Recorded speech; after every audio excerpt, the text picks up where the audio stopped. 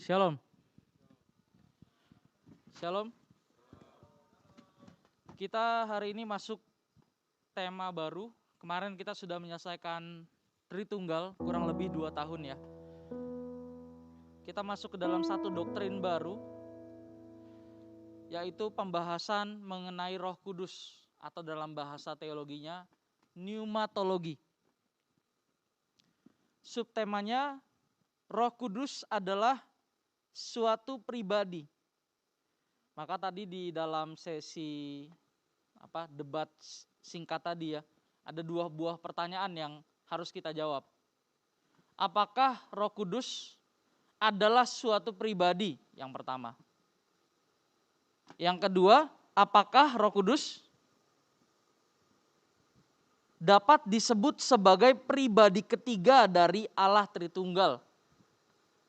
Kalau nggak bisa disebut sebagai pribadi ketiga dalam Allah Tritunggal, berarti apa? Dwitunggal ya, bukan Tritunggal ya. Kalau Roh Kudus tidak dapat disebut sebagai pribadi ketiga dari Allah Tritunggal, berarti Dwitunggal dong. Nah, dalam membahas ini kita tidak boleh menyamakan antara entitas manusia. Entitas itu kesatuan yang berwujud, cirinya adalah unik. Kita nggak boleh menyamakan manusia dengan Allah. Kalau manusia itu ada, saya ada di sini sekarang, tubuh saya ada di sini sekarang, maka roh saya juga ada bersama-sama dengan saya. Itu manusia. Kalau saya nanti ketika selesai PA ini, saya pulang ke rumah, saya sampai rumah, di mana ada fisik atau tubuh saya, di situ ada roh saya juga. Nggak mungkin saya di sini, roh saya di rumah, atau sebaliknya roh saya di sini, fisik saya di sini, roh saya di rumah, atau roh saya di sini, fisik saya di rumah. Nggak mungkin. Nah, kesalahpahaman orang adalah menyamakan antara manusia dengan entitas Allah. Contohnya apa? Kalau Tuhan jadi manusia, surga kosong dong. Nah, itu dia.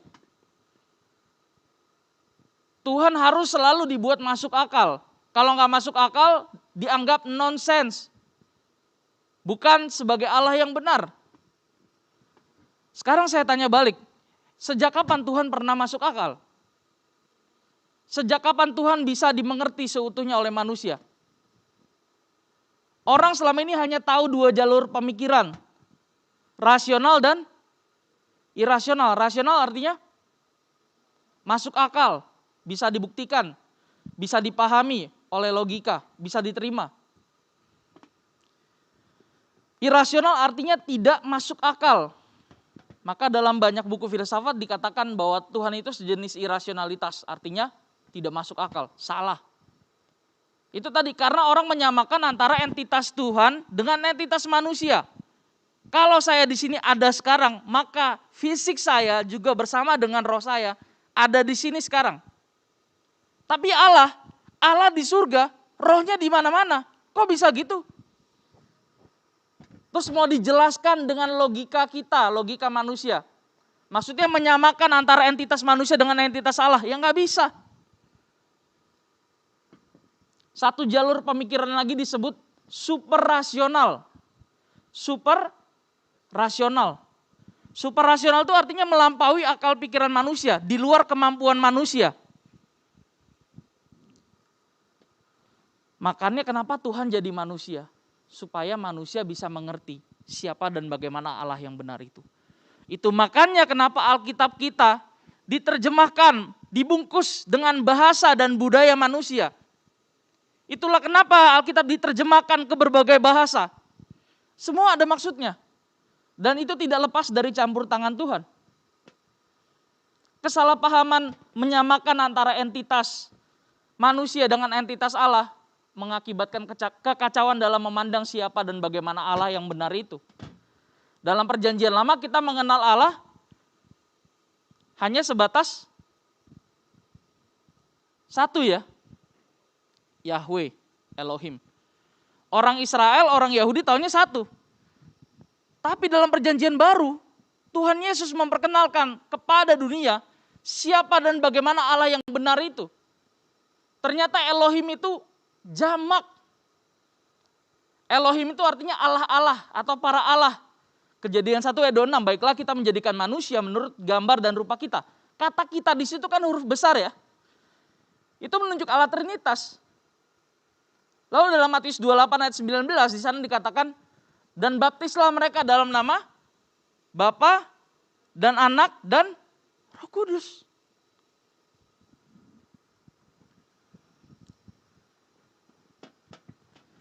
Pemahaman akan sesuatu hal pasti diawali dengan suatu pertanyaan. Nah, tadi kita sudah mengawali dengan sebuah pertanyaan ya, lewat debat singkat tadi. Pertanyaan pertama adalah, apakah Roh Kudus dapat disebut sebagai pribadi?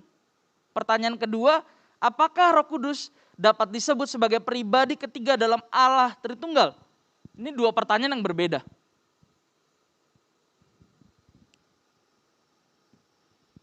Pemahaman akan sesuatu hal pasti diawali dengan suatu pertanyaan.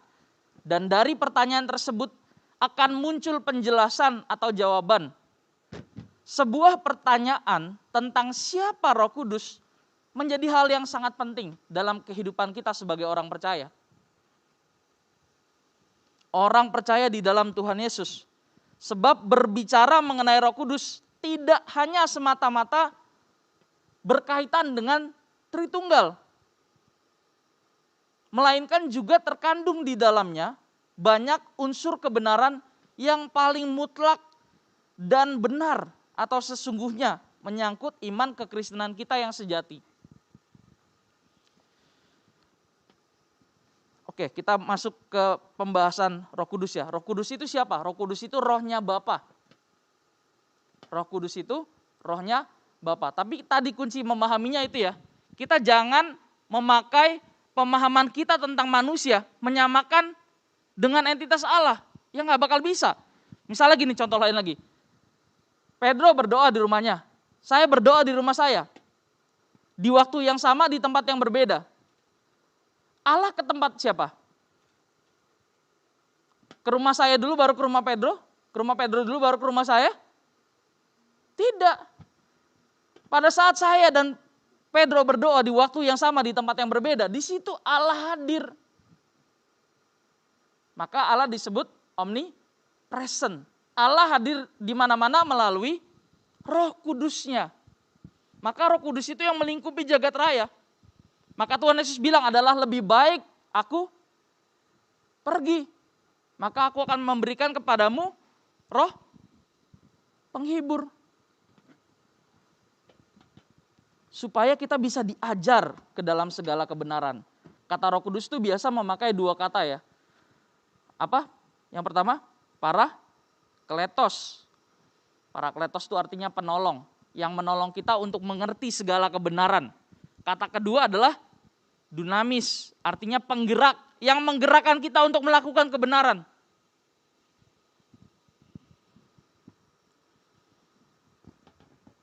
Ada banyak sebutan, ada banyak gelar, sebutan atau gelar untuk Roh Kudus. Dalam perjanjian lama, yang paling umum dulu ya, dalam perjanjian lama Roh Kudus disebut sebagai Roh Allah. Dalam perjanjian baru disebutnya sebagai Roh Kudus. Tapi ada lagi sebutan atau gelar untuk Roh Kudus. Beberapa sebutan atau gelar untuk Roh Kudus.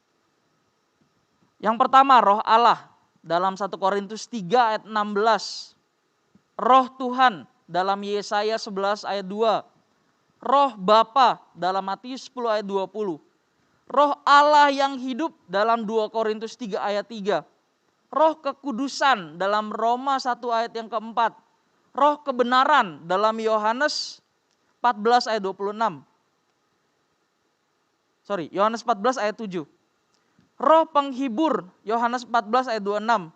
Roh kasih karunia Ibrani 10 ayat 29. Roh kemuliaan, roh yang kekal, roh nubuat, roh hikmat. Berbagai penyebutan atau gelar ini tentu jangan membuat kita menjadi bingung. Tetapi justru ini malah akan semakin mempermudah kita, membantu kita untuk memahami siapa dan bagaimana Roh Kudus itu. Sebutan atau gelar ini membantu dalam menjelaskan identitas dan pekerjaan Roh Kudus itu sendiri. Selama ini yang dipahami oleh banyak orang, termasuk teolog, Roh Kudus itu dipahami sebagai tenaga aktif yang berasal dari Allah. Semacam aliran tenaga listrik di mana Allah digambarkan sebagai pusat tenaga listriknya. Atau dapat kita artikan bahwa Allah sebagai sumbernya. Penafsiran atau pandangan ini belum lengkap untuk mencerminkan siapa Roh Kudus itu sebenarnya. Di Alkitab juga ada lambang untuk Roh Kudus. Jadi pelambangan ini sebagai sesuatu seperti tanda tertentu yang menyatakan suatu hal atau mengandung maksud tertentu. Ada beberapa lambang untuk Roh Kudus di dalam Alkitab. Yang paling sering kita tahu apa? Merpati ya. Sebenarnya bukan burung merpati, tapi seperti burung merpati dalam rupa seperti burung merpati, bukan burung merpati, seperti burung merpati. Dalam Matius 3 ayat 16, Markus 1 ayat 10, Lukas 3 ayat 22, Yohanes 1 ayat 32. Yaitu peristiwa di mana ketika Tuhan Yesus dibaptis. Masih ingat gak kira-kira ceritanya? Yang ada suara dari langit, apa suaranya? Inilah anak yang kukasihi, kepadanya lah aku berkenan. Kemudian yang kedua, lambang untuk Roh Kudus, air. Terdapat dalam, saya baca salah satu ayatnya, saya mention salah satu ayatnya aja ya. Yohanes 7 ayat 38. Kenapa air? Karena air melambangkan sesuatu yang membersihkan atau menyucikan. Jadi air melambangkan Roh Kudus yang membersihkan atau menyucikan, yang mengerjakan pembaharuan dan pengudusan di dalam diri kita. Makanya dilambangkan air. Nah ini di pelajaran-pelajaran agama pasti dibahas ya. Apalagi yang sekolah-sekolah swasta, pasti tahu nih. Kemudian yang ketiga, angin. Terdapat dalam Yohanes 3 ayat 8. Angin menyatakan kehidupan dan gerakan. Angin menyatakan karya-karya Roh Kudus yang menghidupkan. Keempat, api. Terdapat di dalam 1 Raja-Raja 18 ayat 38. Api menandakan Roh Kudus yang menyelidiki, yang menyucikan, yang menerangi. Api juga melambangkan kehadiran Allah, kuasa Allah dan bagaimana Allah menyucikan. Kemudian yang kelima, suara. Terdapat dalam Matius 10 ayat 20. Suara yang berkata-kata. Kemudian yang lain, minyak. Dalam Ibrani 1 ayat 9 menandakan bahwa Roh Kudus mengurapi, menerangi, dan menguasai manusia. Tapi ada yang perlu diperhatikan nih. Tidak semua kata angin, kata merpati, kata api, kata air, kata minyak di Alkitab tidak selalu melambangkan Roh Kudus. Jadi ketika kita menemui kata-kata tersebut, air, api, minyak, burung merpati, itu bukan selalu bicara Roh Kudus ya, maka harus diperhatikan teksnya. Kita mesti cerdas dalam membaca dan menafsirkan Alkitab. Caranya gimana menafsirkan Alkitab? Kan kita nggak sekolah teologi, makanya ada komunitas. Makanya ada komunitas ini. Tujuannya supaya teman-teman bisa belajar kebenaran yang benar.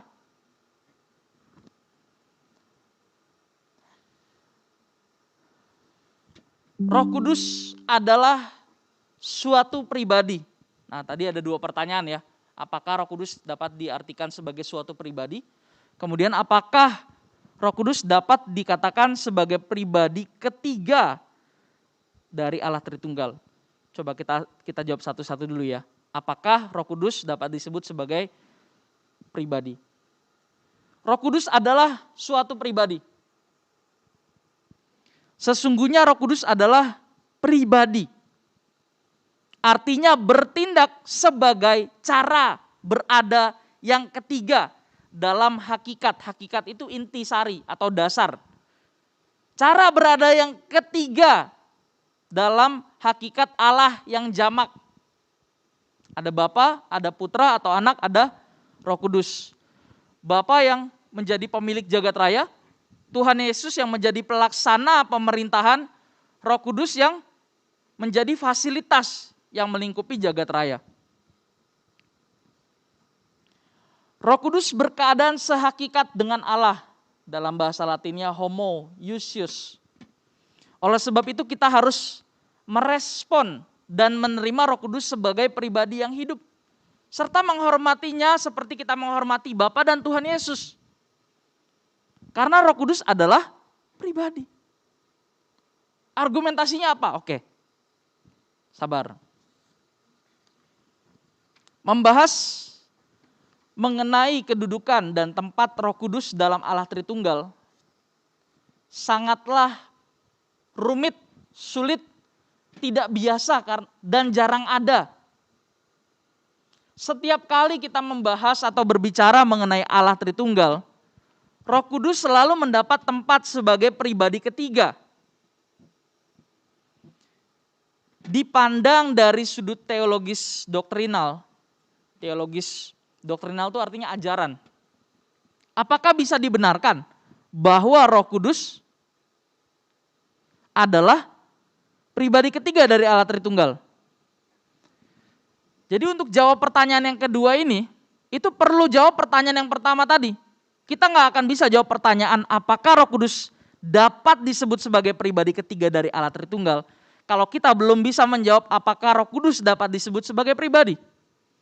Tadi sudah dijawab, Roh Kudus sejatinya sesungguhnya adalah pribadi. Tapi apa penjelasannya? Oke.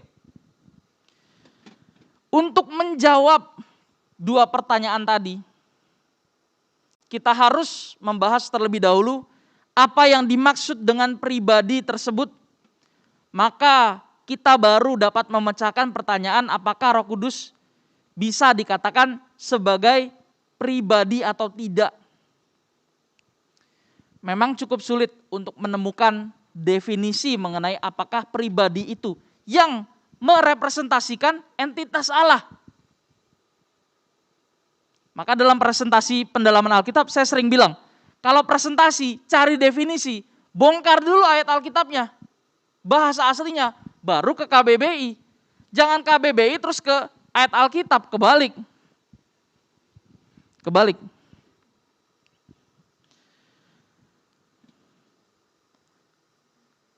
Biasanya yang dikatakan sebagai pribadi itu apa? Kita udah pernah bahas ya, di Tritunggal ini ada pembahasannya. Biasanya entitas itu dikatakan sebagai satu pribadi itu kalau apa? Biasanya yang dikatakan sebagai pribadi adalah entitas. Entitas itu satuan yang berwujud, yang unik. Dikatakan sebagai pribadi, biasanya yang dikatakan sebagai pribadi adalah entitas atau keberadaan yang memiliki pikiran, memiliki perasaan, dan memiliki kehendak. Itu dulu. Jadi yang disebut pribadi apa? Entitas yang memiliki pikiran, memiliki perasaan, dan kehendak. Roh Kudus punya nggak? Nah, kita lihat nanti. Benda tidak dapat disebut sebagai pribadi, meskipun wujudnya unik. Ada yang wujudnya unik. Benda nggak bisa, kenapa? Sebab benda tidak memiliki pikiran, perasaan, dan kehendak.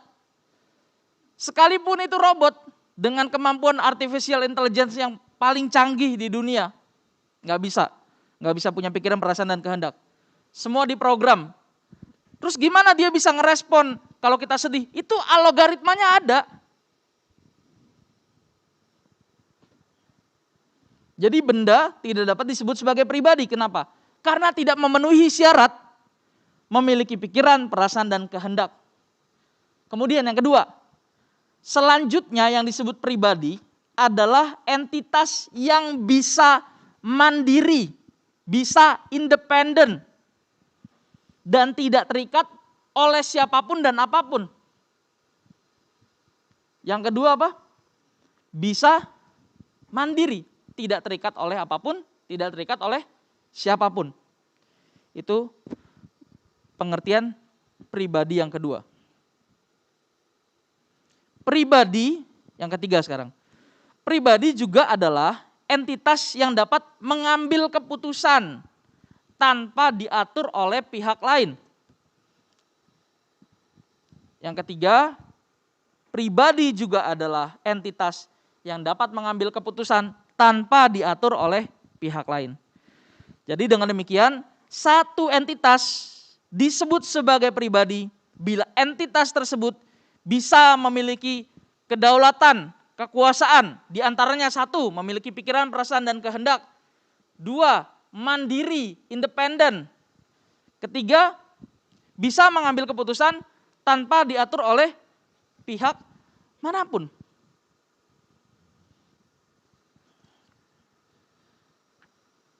Contohnya siapa? Lucifer, malaikat. Lucifer itu memiliki kedaulatan sendiri. Itulah sebabnya Lucifer dan malaikat yang memberontak kepada Allah bisa memilih yang bukan Allah kehendaki. Dalam Yesaya 14 ayat 13 sampai 14, Lucifer bilang gini, "Aku ingin, aku hendak." Di situ berarti ada unsur keinginan, ada unsur kehendak, tapi didahului unsur pikiran ya. Aku hendak, aku ingin. Hal ini menunjukkan bahwa Lucifer memiliki kehendak bebas. Salah satu ciri dari entitas yang disebut berpribadi adalah memiliki kebebasan memilih, mengambil keputusan, dan bertindak. Roh Kudus disebut sebagai pribadi karena memiliki pikiran, perasaan, dan kehendak, serta melakukan suatu tindakan atas kehendaknya sendiri. Juga memiliki kemandirian. Dalam Alkitab dapat kita jumpai banyak informasi dan penjelasan bahwa Roh Kudus memiliki pikiran, perasaan, dan kehendak, serta melakukan berbagai tindakan. Ini dicatat aja ya ayatnya ya, kalau dibuka kayaknya nggak cukup waktunya. Contohnya apa? Dalam Alkitab. Roh Kudus memiliki kehendak. Dalam 1 Korintus 12 ayat 11. Roh Kudus mempunyai pikiran. Dalam Roma 8 ayat 27. Roh Kudus mempunyai pengetahuan dan menyelidiki segala sesuatu, bahkan yang ada di dalam diri Allah. 1 Korintus 2 ayat 10 sampai 11. Roh Kudus dapat didukacitakan. Dalam Kejadian 6 ayat 3, Yesaya 63 ayat 10, Kisah Rasul 7 ayat 51. Kalau dikatakan Roh Kudus dapat didukacitakan, berarti Roh Kudus punya perasaan. Roh Kudus dapat dihujat, Matius 12 ayat 31-32. Roh Kudus dapat bekerja menurut kehendaknya sendiri, 1 Korintus 12 ayat 11. Roh Kudus mengajar, Yohanes 12 ayat serat. Yohanes 14 ayat 26. Roh Kudus memimpin, Yohanes 16 ayat 13. Roh Kudus dapat bersaksi tentang Kristus, Yohanes 15 ayat 26, dan sebagainya. Berarti memenuhi syarat pribadi enggak? Memenuhi syarat pribadi enggak? Yes. Tadi kuncinya di awal sekali. Jangan menyamakan entitas Allah dengan entitas manusia. Di mana ada saya, di situ ada roh saya. Tapi Allah ada di surga, rohnya ada di mana-mana. Berarti waktu Allah jadi manusia, Allah tetap ada di surga dong. Nah ini gini, Bapa dan Tuhan Yesus itu pribadi yang berbeda, pribadi yang terpisah. Jadi ketika Tuhan Yesus jadi manusia, Allah di mana? Allah yang mana dulu? Bapa tetap di kerajaan surga, tetap di tahtanya. Tuhan Yesus sebagai Allah anak yang menjadi manusia. Roh Kudus kemana? Roh Kudus yang melingkupi jagat raya. Nah ini persoalannya. Orang menganggap, khususnya agama samawi ya, Yahudi, Kristen, Muslim. Orang menganggap bahwa Allah itu harus satu dalam arti jumlah. Kalau enggak satu berarti bukan Allah yang benar. Jadi ukuran keagungan Allah ditentukan harus berjumlah satu.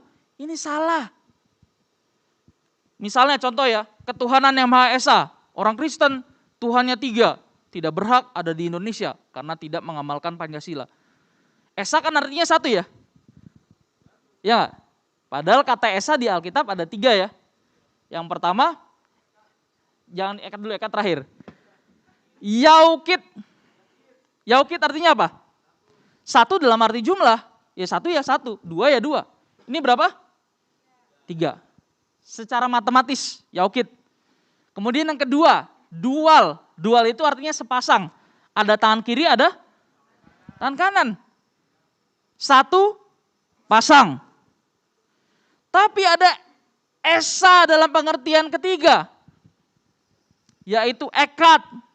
Ekat ada 2 pengertiannya. Menurut Ulangan 6 ayat 4, di situ kan sering dipersoalkan ya. Kata esa di Alkitab ada, tapi untuk bicara Allahnya satu. Dalam perjanjian lama kan belum dibahas ya, Allah Tritunggal. Jadi teman-teman jangan pusing begitu. Eka itu artinya apa? Satu-satunya Allah yang benar. Ekat juga berarti satu kesatuan bersama. DPR itu ada berapa lembaganya? MPR ada berapa lembaganya? Anggotanya? Itulah ekat. Di dalam Elohim ada siapa aja? Ada Bapa, ada Anak, ada Roh Kudus.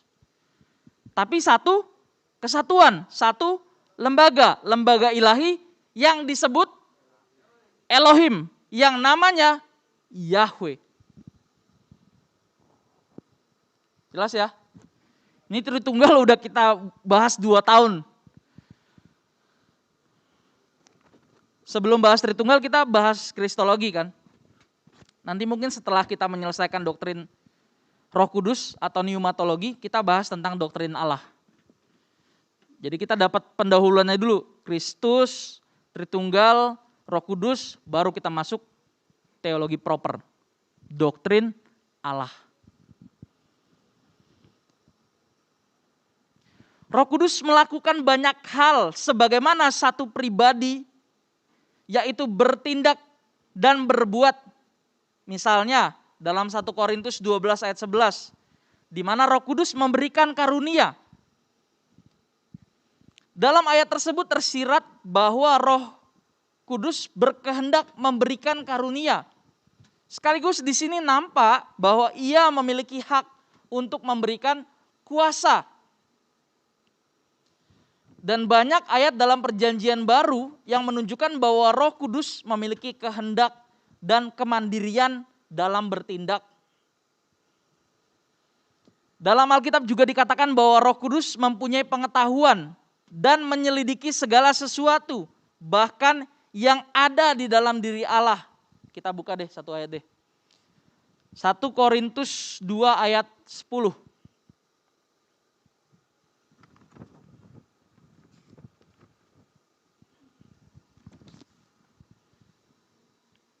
Kita baca sama-sama ya. 3, 2, 1.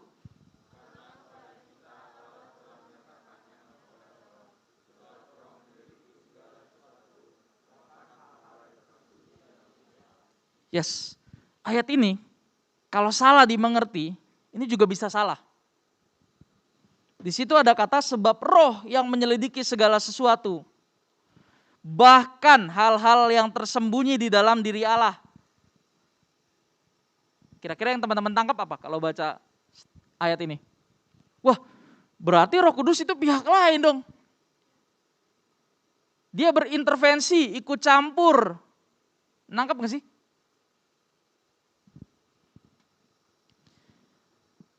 Tahan dulu ayatnya ya.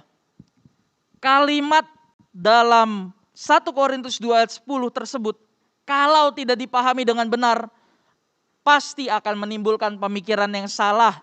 Seakan-akan Roh Kudus bisa terpisah dari Allah. Di pembahasan Tritunggal kita juga udah bahas ini ya. Kalau Tuhan Yesus itu keluar dari Bapa terpisah, benar-benar terpisah. Tuhan Yesus bisa memberontak gak? Bisa. Roh Kudus bisa memberontak gak? Tidak bisa. Tapi bisa disebut pribadi gak? Bisa. Bisa disebut sebagai pribadi ketiga? Nanti, belum dijawab. Tapi di Tunggal udah dijawab sebenarnya. Jadi gimana dong ayat ini? Seakan-akan Roh Kudus bisa terpisah dari Allah sehingga berintervensi atau campur tangan terhadap diri Allah sendiri. Yang benar adalah Roh Kudus atau Roh Allah berasal dari Allah sendiri. Atau keluar dari Allah. Ia tidak mungkin berintervensi atau campur tangan dalam diri Allah. Sebab ia keluar dari Allah sendiri. Itulah sebabnya ia tahu apa yang ada pada diri Allah. Karena Roh Kudus adalah rohnya Bapa. Tidak mungkin rohnya memberontak dirinya sendiri. Kok begitu? Nah ini kuncinya di awal tadi ya. Jangan menyamakan entitas manusia dengan entitas Allah. Totally different. Berbeda sangat. Sangat berbeda.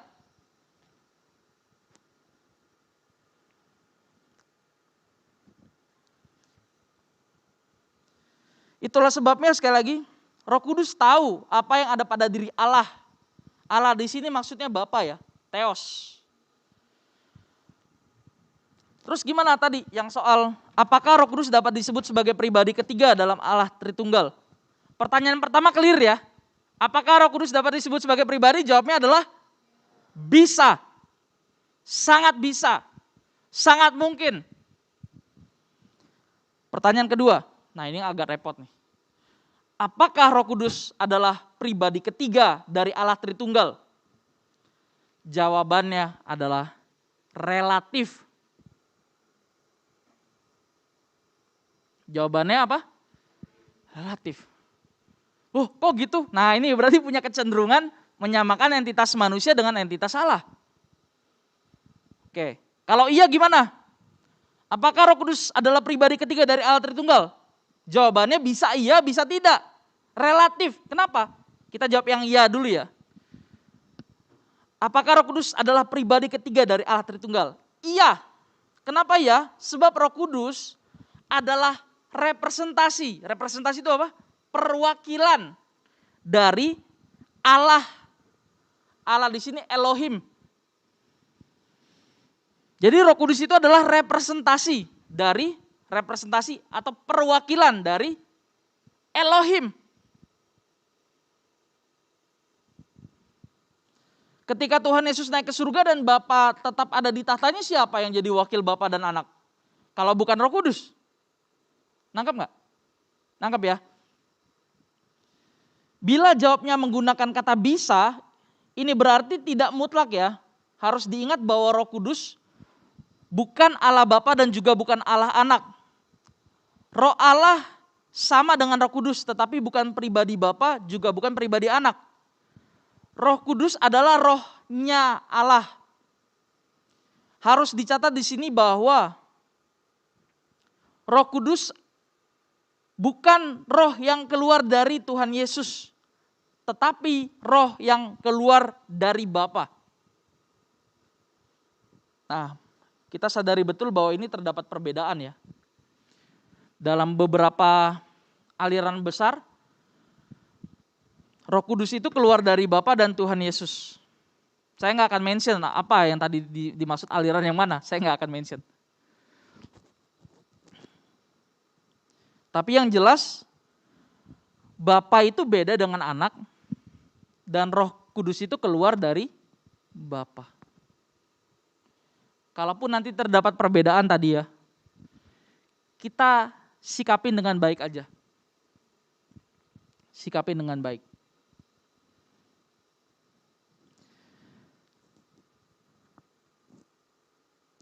Jadi Roh Kudus itu keluar dari Bapa, tapi mengalir terus-menerus, tidak terputus. Itu jawaban untuk kalau dijawab enggak. Kalau dijawab iya, karena Roh Kudus itu perwakilan Elohim. Bisa nggak disebut sebagai pribadi ketiga? Bisa, kenapa? Dia memenuhi syarat pribadi. Dan Roh Kudus sebagai representasi Bapa dan Anak. Bisa, tapi bisa juga dijawab tidak. Bila dikaitkan dengan relasinya atau hubungannya yang tidak bisa terpisah dari Bapa. Jadi bisa dikatakan bahwa Roh Kudus bukan pribadi ketiga dari Allah Tritunggal. Kenapa? Sebab Roh Kudus mengalir dari Allah Bapa dan tidak pernah ada keterpisahan atau kemandirian mutlak dengan Allah Bapa. Ayatnya di mana? Kita buka di Yohanes 15 ayat 26.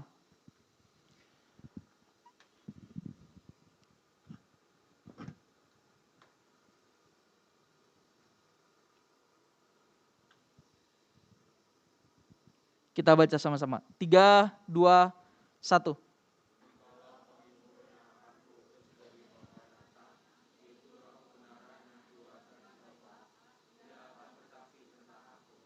Iya.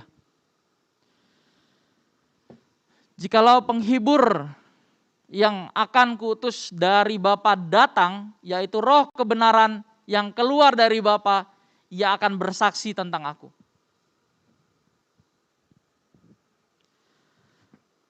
Jadi kalau dikatakan apakah Roh Kudus itu bisa disebut pribadi? Bisa. Apakah Roh Kudus bisa disebut sebagai pribadi ketiga dari Allah Tritunggal? Jawabannya relatif. Kenapa relatif? Saya ulang-ulang terus ya, biar teman-teman paham ya. Kita tidak bisa menyamakan entitas Allah dengan entitas manusia. Allah itu keberadaannya sangat berbeda dengan manusia. Kalau manusia ada di tingkat rasional, Allah ada di tingkat super rasional, melampaui akal. Transenden bahasa lainnya. Artinya apa? Melampaui akal, melampaui kemampuan manusia. Makanya Tuhan jadi manusia. Makanya Alkitab ditulis dengan bungkus bahasa dan budaya manusia. Bukan bahasa malaikat. Ada amin? Amin. Ada pertanyaan?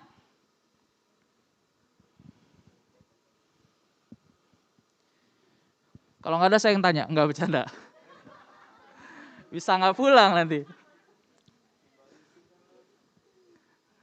Yang di Zoom ada pertanyaan?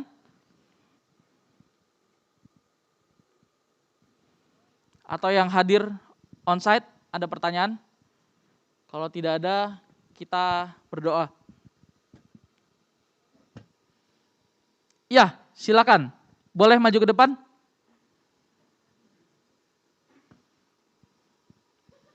Nah, ini Kak Putri ini kritis ya, sering tanya.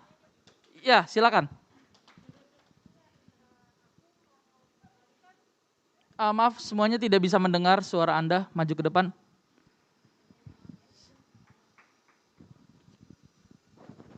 Tadi kan kita bahas yang Roh Kudus bisa disebut, pertanyaan kedua apa ya? Ini sekarang gantian ya. Nih, saya yang presentasi ditanya. Ya, nih kan apakah Roh Kudus dapat disebut sebagai pribadi ketiga dari Allah Tritunggal? Yes. Tadi kan udah dijawab bisa, karena relatif ya, tadi udah dijabarin. Bisa ya, bisa enggak, atau relatif. Nah, ya. Cuman aku tadi belum dapat nih, apa karena aku yang gak fokus atau apa, tidaknya karena apa ya? Tidaknya karena apa? Roh Kudus tidak disebut sebagai pribadi ketiga dari Allah Tritunggal. Dijawab tidak, karena Roh Kudus keluar dari Bapa, tapi tidak terputus. Kalau Tuhan Yesus keluar dari Bapa, benar-benar berbeda. Pribadi anak, pribadi Bapa berbeda. Makanya Tuhan Yesus bisa memberontak gak? Bisa. Sewaktu Tuhan Yesus jadi manusia, apakah Tuhan Yesus ada potensi untuk memberontak? Sangat bisa, sangat mungkin. Tuhan Yesus kan Adam kedua ya, dibilang di Alkitab ya. untuk membuktikan ketaatan untuk mengalahkan Lucifer. Jadi bisa tidak, kenapa? Karena Roh Kudus keluar dari Bapa tapi tidak terputus, mengalir terus-menerus. Kenapa? Karena Roh Kudus adalah rohnya Bapa. Roh Kudus tidak bisa memberontak melawan Bapa. Kenapa? Rohnya Bapa. Kok gitu? Jawabannya tadi apa? Jangan samakan entitas manusia dengan entitas Allah. Begitu. Yang tanya tadi mana? Kak Putri? Ya. Mantap ya. Siap. Terima kasih untuk pertanyaannya. Ada lagi? Iya, Kim.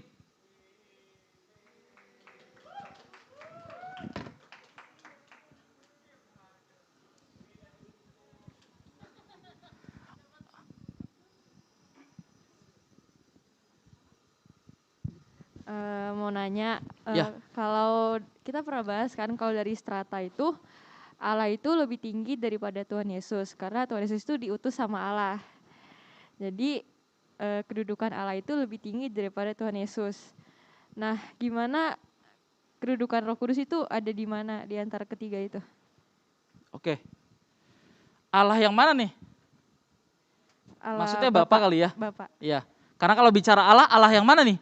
Bapa, Allah Anak atau Tuhan Yesus atau Roh Kudus?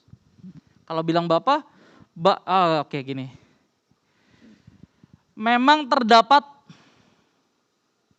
banyak pandangan tentang Tritunggal. Ada yang percaya bahwa Tritunggal itu sederajat, sama. Bapa, Anak, Roh Kudus setara. Setara. Tapi yang kita pelajari bahwa Bapa, Anak, dan Roh Kudus itu sehakikat, sama-sama berunsur ilahi, satu tujuan, satu kehendak. Satu tujuan, satu kehendak. Cuma di dalam lembaga ilahi itu terdapat hierarki. Hierarki tertinggi siapa? Bapa. Bapa adalah pemilik segalanya. Bapa adalah Bapa dari Tuhan Yesus. Ibrani 12 ayat yang keberapa? Ayat yang ke? Coba buka dulu deh.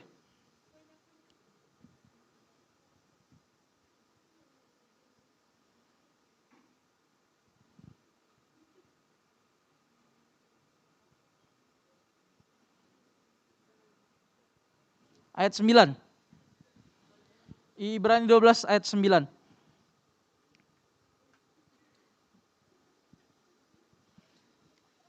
Kita baca sama-sama ya. 3, 2, 1.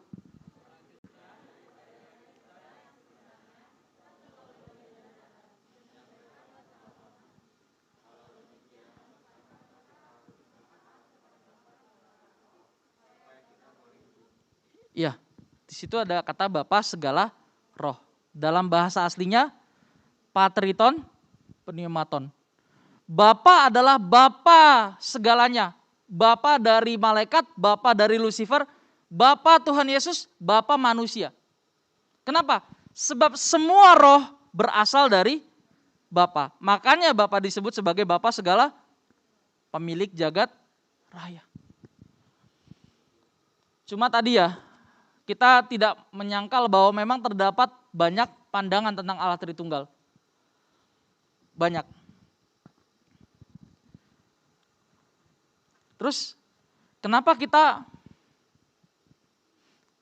kita percaya kalau di dalam Allah Tritunggal itu, di dalam lembaga ilahi ada hierarki? Kita buka deh. Ini ayat yang simpel ya, kita bahas sederhana-sederhana aja ya.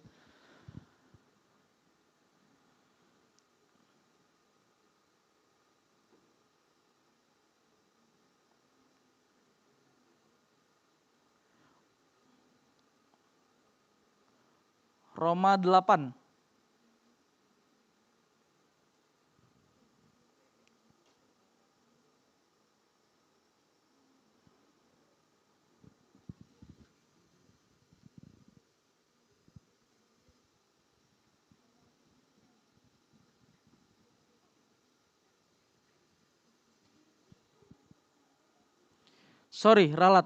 Ralat.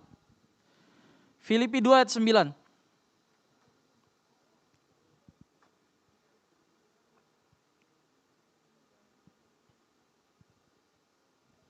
Jadi Tuhannya siapa dong? Bapa, Tuhan Yesus apa Roh Kudus? Tuhannya adalah Tuhan Yesus.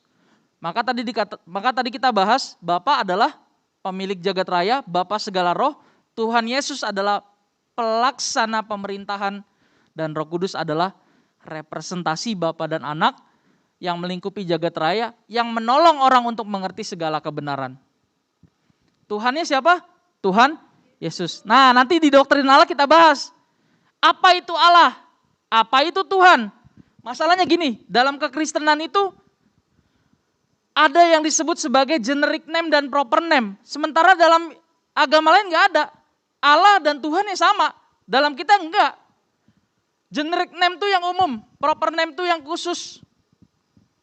Allah sama Tuhan disamakan dalam agama lain. Kalau kita beda, Allah itu apa? Tuhan itu apa? Generic name tuh gini, taman. Proper name tuh apa misalnya? Taman segitiga, taman Ancol, gitu ya. Oke. Tadi belum dibaca ya? Oke, dibaca. 1, 2, 3.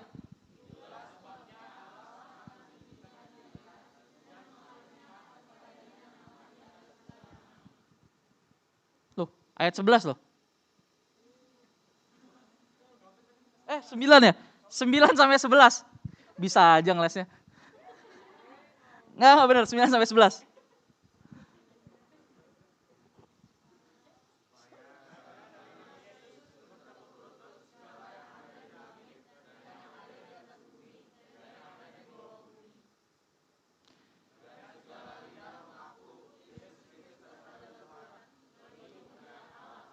Jadi kalau ada yang nanya, mana ayat Alkitab yang bilang Yesus Tuhan? Kasih tahu. Mana ayat Alkitab yang bilang Yesus Tuhan dan sembahlah aku? Nggak bakal ada, itu perkataan iblis. Kalau lu sembah gua kasih dunia ke lu. Berarti yang ngomong itu adalah setan. Nangkep nggak? Jelas kok. Dan segala lidah mengaku Yesus Kristus adalah Tuhan bagi kemuliaan Bapa. Jadi Bapa itu di atas segalanya. Tuhannya Tuhan Yesus. Terus kalau Roh Kudus gimana? Roh Kudus nggak bisa dibandingkan dengan Tuhan Yesus. Tidak bisa dibandingkan. Jelas yang nanya? Tadi yang nanya siapa ya? Oh iya, Kim. Aman ya? Siap. Kais, mau nambahin Kak? Shalom, Kais. Ada lagi pertanyaan? Mungkin satu kali lagi, satu penanya ya. Silakan.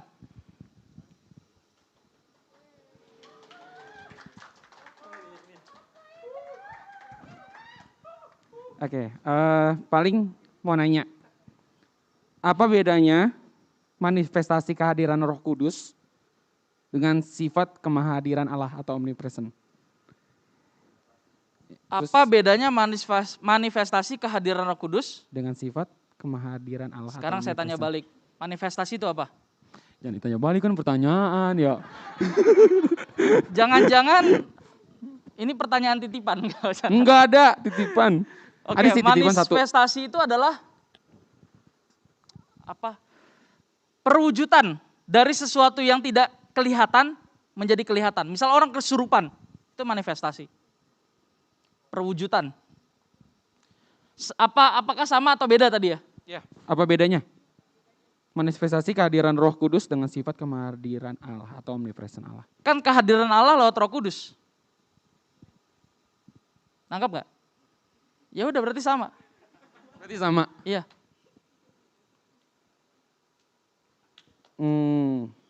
Oke. Terus yang kedua, ini titipan sebenarnya. Nah kan, makanya tadi saya udah baca. Enggak, Kayak bukan titipan. yang pertama tadi gue, ini Ya, kedua. ya, oke, siap.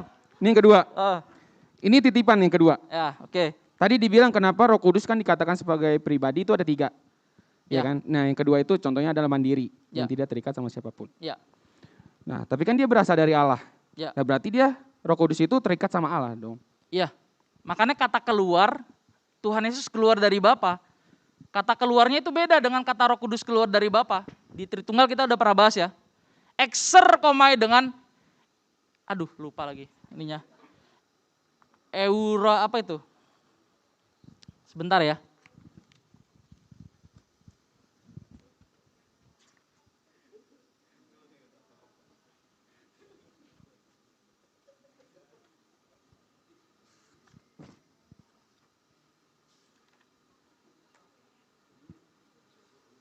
Oh, waktu udah habis ya?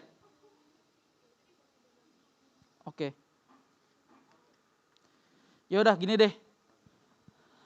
Untuk menjawab itu, kata keluar untuk Tuhan Yesus dari Bapa dan kata keluar untuk Roh Kudus dari Bapa itu beda. Kalau Tuhan Yesus keluar, terputus dia.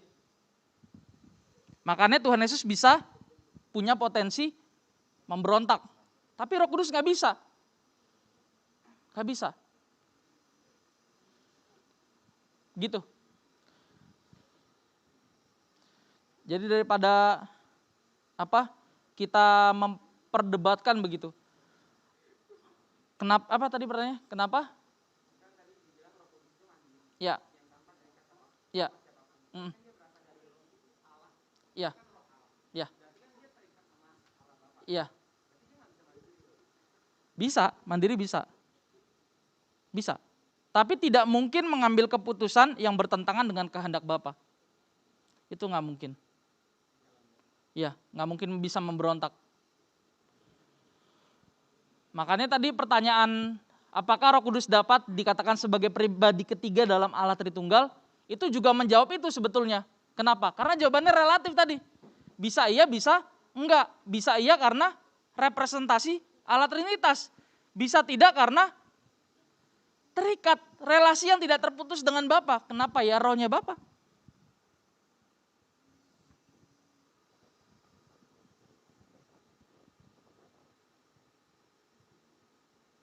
Jelas ya? Yang mana yang kurang jelas? Oh, oke. Cukup ya teman-teman ya, karena waktunya sudah habis. Kita nyanyi dulu kali satu lagu ya.